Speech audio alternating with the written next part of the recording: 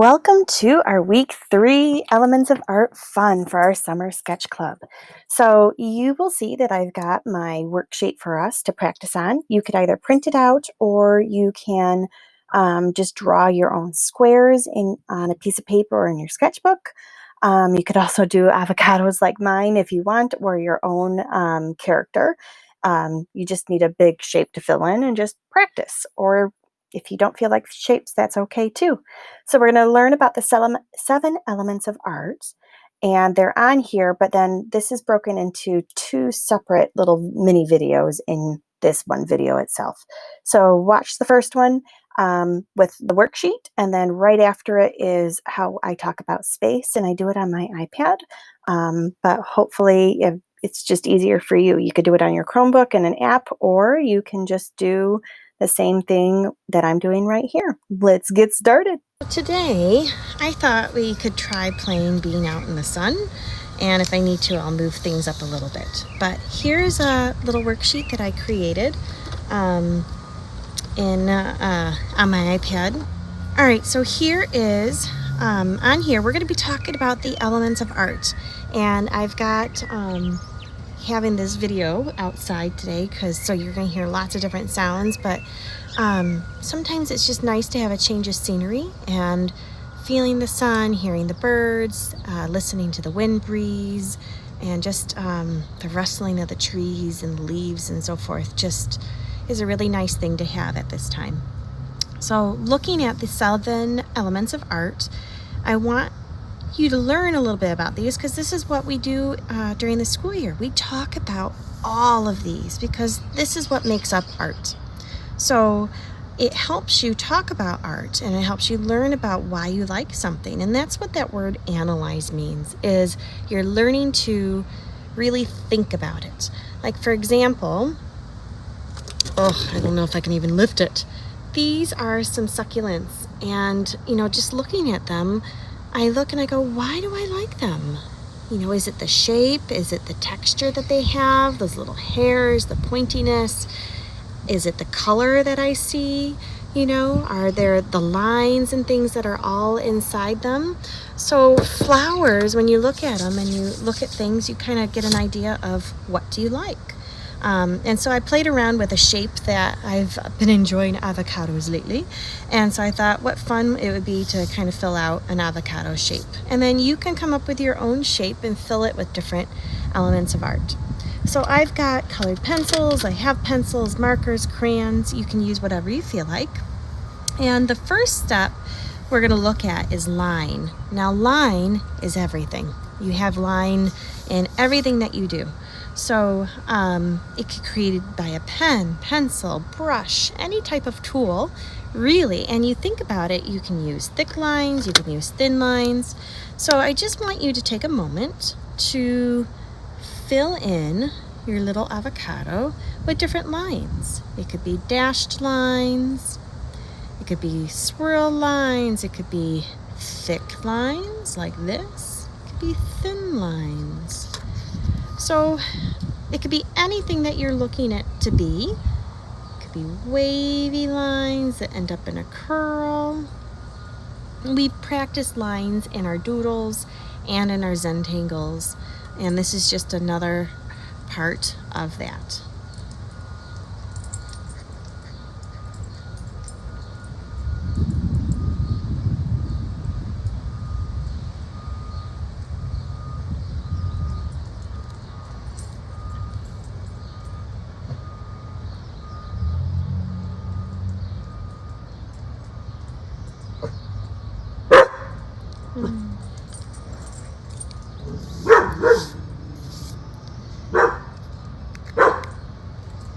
So here is my line.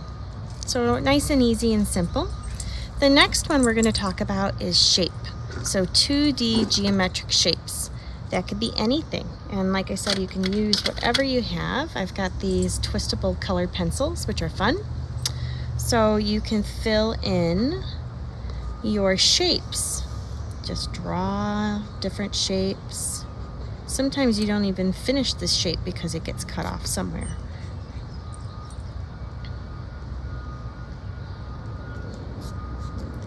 So 2D shapes are shapes that don't look three-dimensional.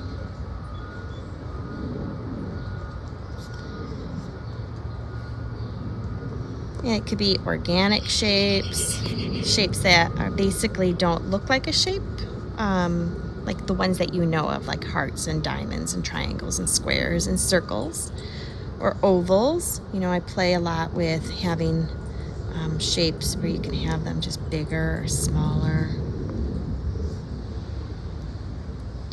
So if you want, you can always fill it in. You don't have to.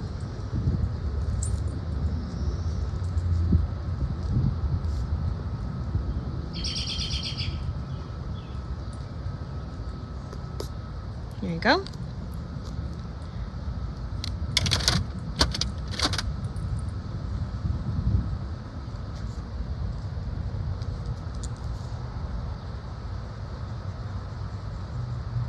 Okay. Just having fun.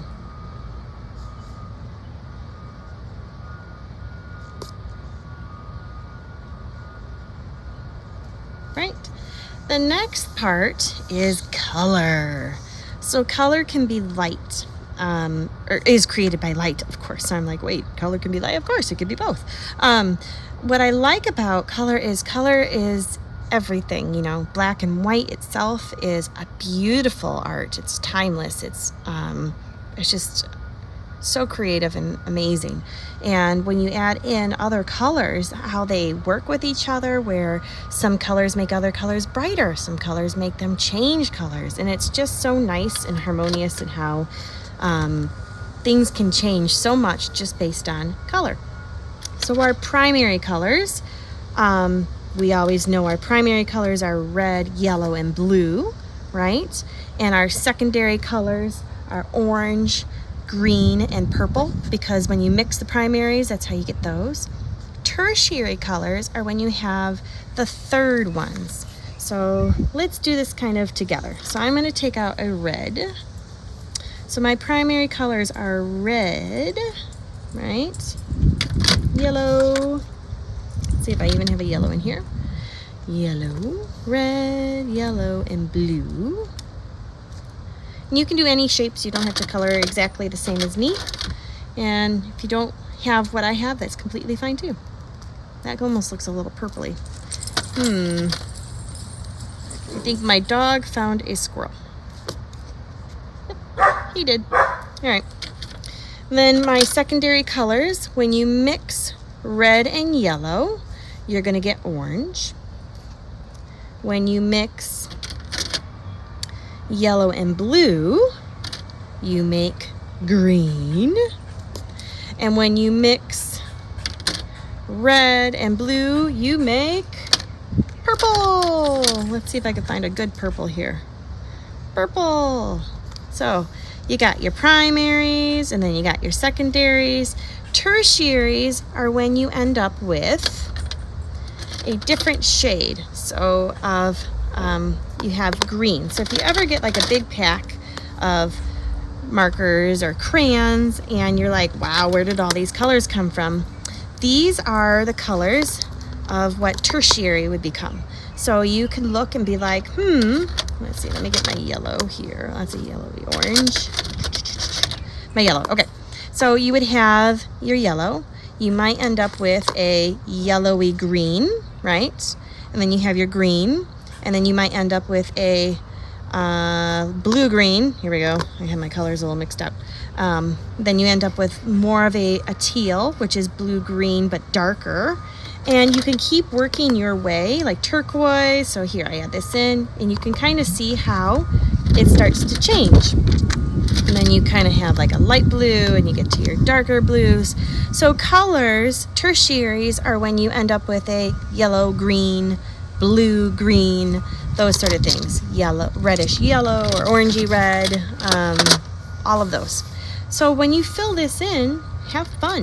You know, you can see how that changes and just play with your colors. You don't have to fill all of it in, but playing around with those colors gives you a better idea of how they work with each other, how it changes.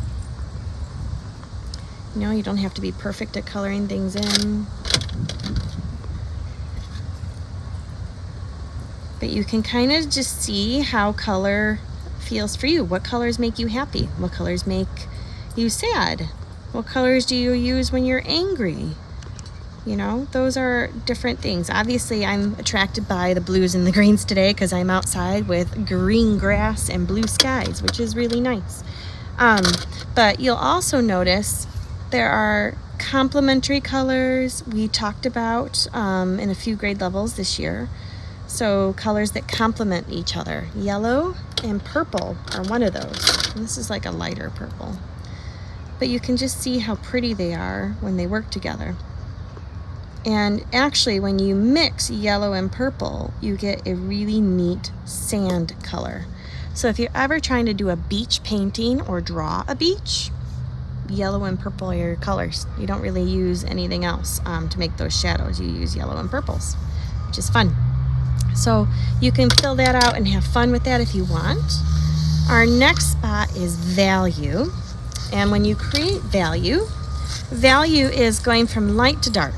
And you can also have tints and shades. Tints are when you add in white to paint to make a light blue, or if you add black to your hue color, you'll make a color darker. So if you have a blue and you want to make it almost like a black blue or blue black, you would add the black. So anyways, as the dog barks, shading, we've practiced this many times, is when you go dark and you work your way to lighter, just like this. Lighter, lighter, lighter. And I know my iPad is moving in the wind, so hopefully that doesn't bother you too much. I'm sorry. Along with the dog. So you can use your finger to smudge it. You can break this up into different sections and practice a little bit more, and that kind of makes it fun. So maybe I want to practice this way. Go light to dark, or dark to light, I meant. And blend it. Maybe I'm going to go from a corner this time. It's always easier to push harder and go lighter to me. But if you like to start light and work your way dark, you can. The goal is to make it seem as it's progressing really nice, so that you don't have the same shade, as you can say. Pretty, isn't it? So let's try. If I go light, I always find it harder to go light to dark for me. But maybe you find it easier, I don't know. So that's value. And then form, and don't worry, you can always play with the different things on the edges here too. You can make your own little zigzags and add in your own shadows and fun things. This is just more for fun and practice and something different. All right, form is when you start making three-dimensional shapes where it looks 3D. So if you wanted to make a sphere, you would do value in your sphere.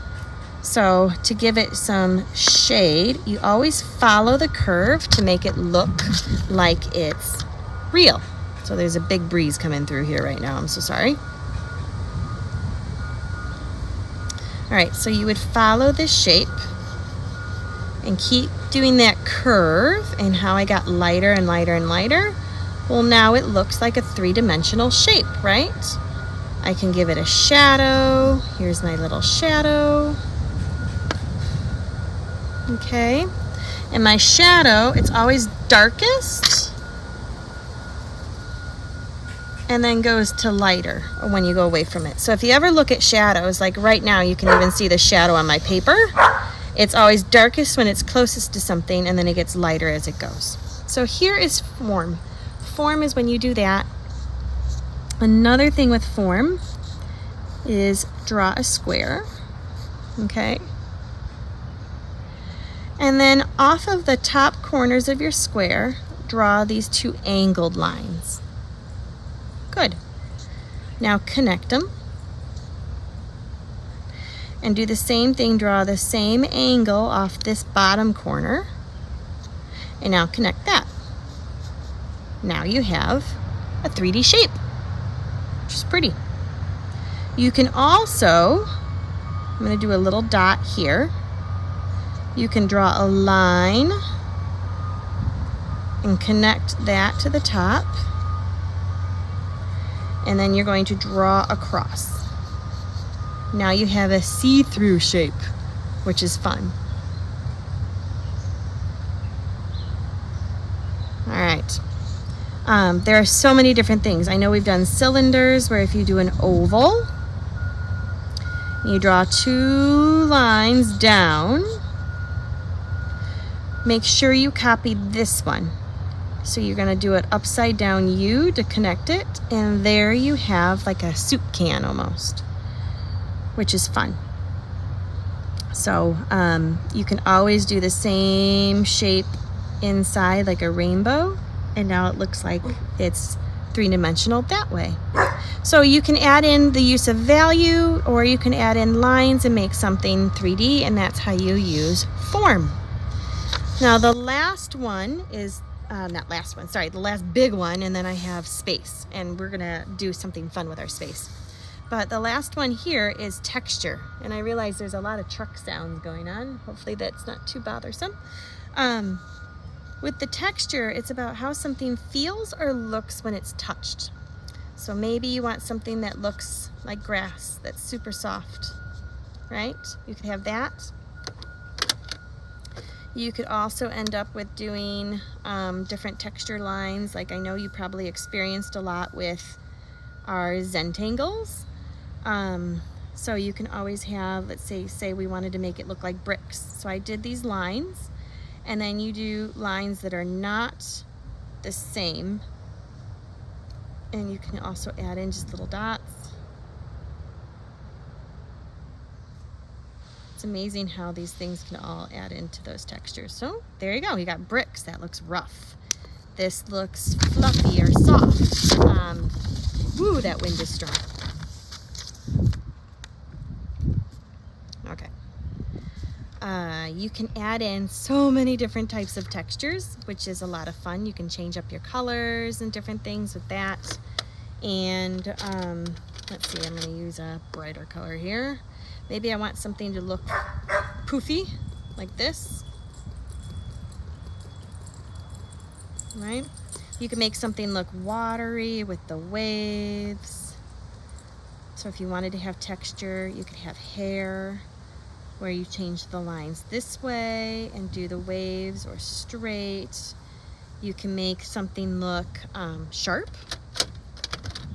Even color changes all of that stuff too. Like if I wanted something to look metal and sharp, or a shark fin. You know, I think of the gray. You can have the shark fin look sharp, right? Mountains even look sharp, so you can even do mountain lines. Things like that. That all makes it look sharp. So these are different things to play with the texture, and then I'm going to have another little video that helps us with space a little bit bigger.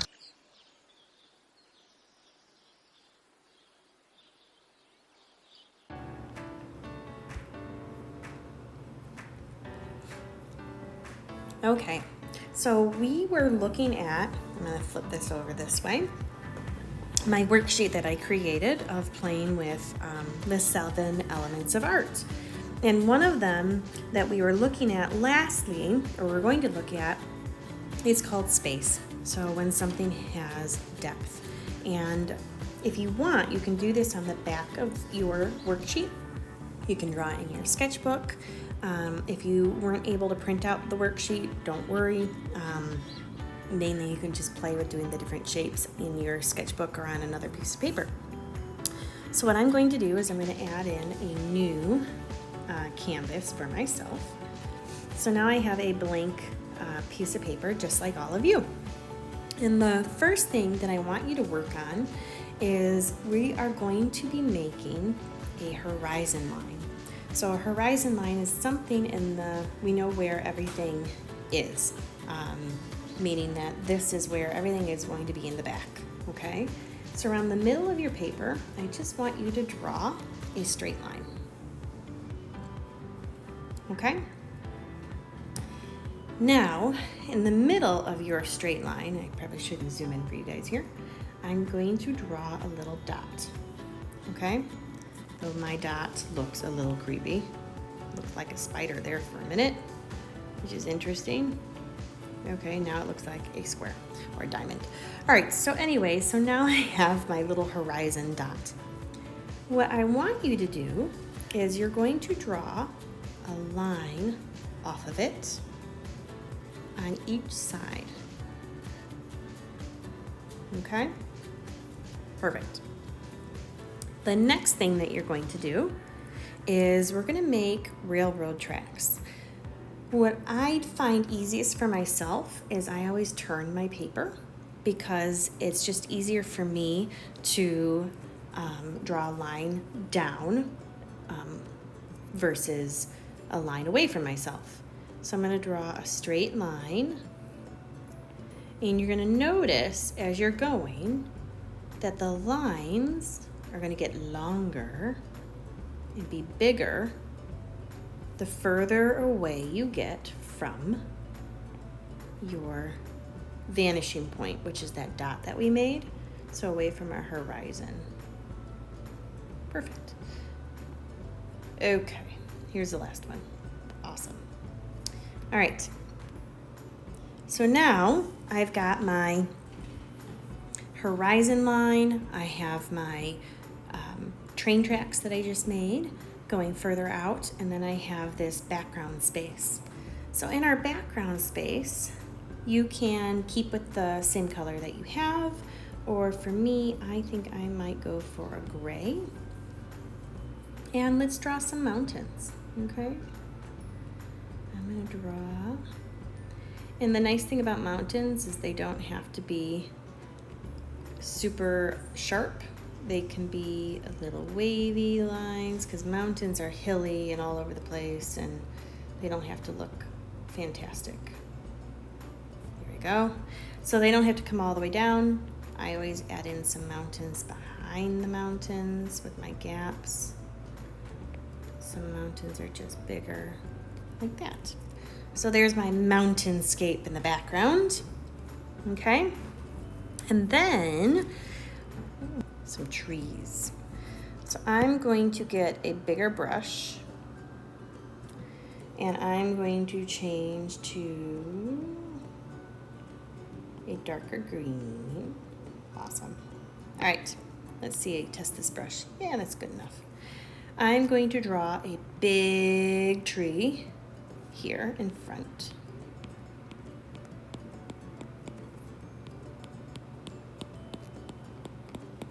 Like this. There's my big tree.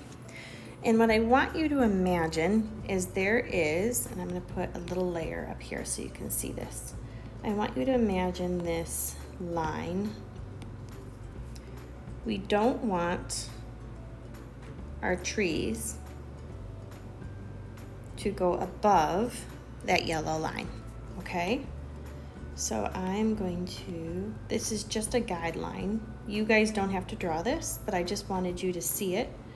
So now you know what I'm talking about. Let's see, go back to my green. Perfect. Okay.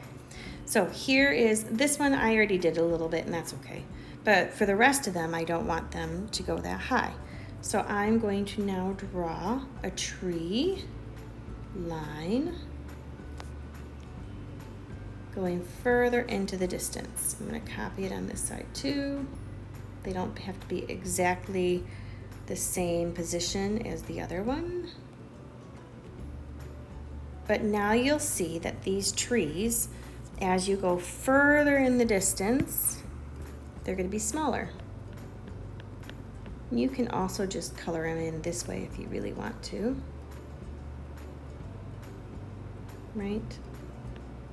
You can have trees look like that. Make it simple and easy.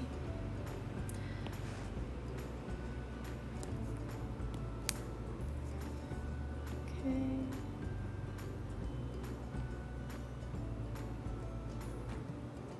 I can color in really quick with this. Oops. Paint. Okay. So I can do another one.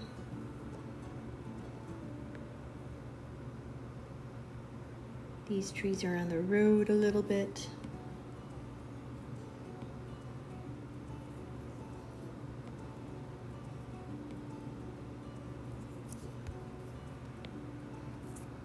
this bigger. All right. Don't worry if it's not exactly the way you want, but you get the point and you can see. So maybe I'm just going to turn this big tree into one big massive tree.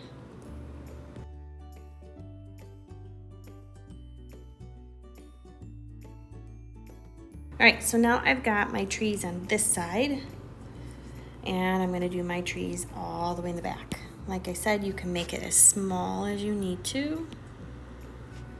Maybe I'll have a smaller one here.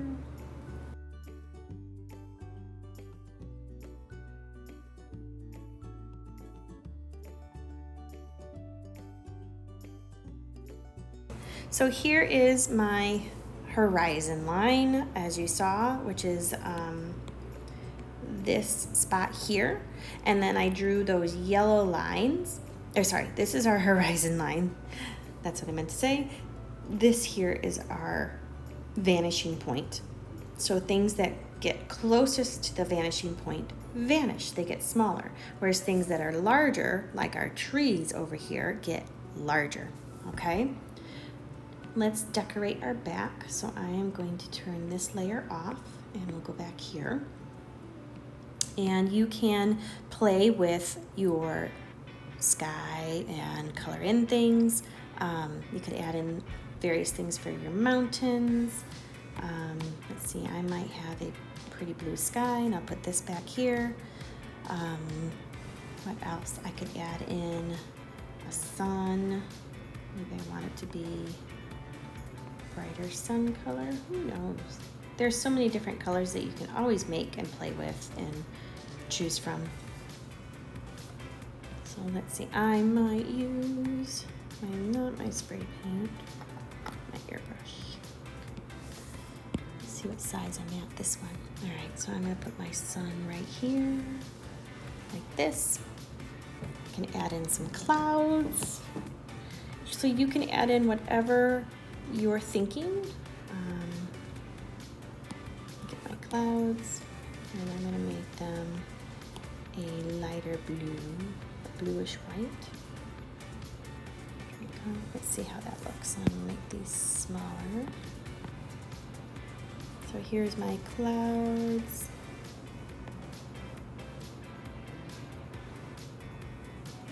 Make it a little bit larger.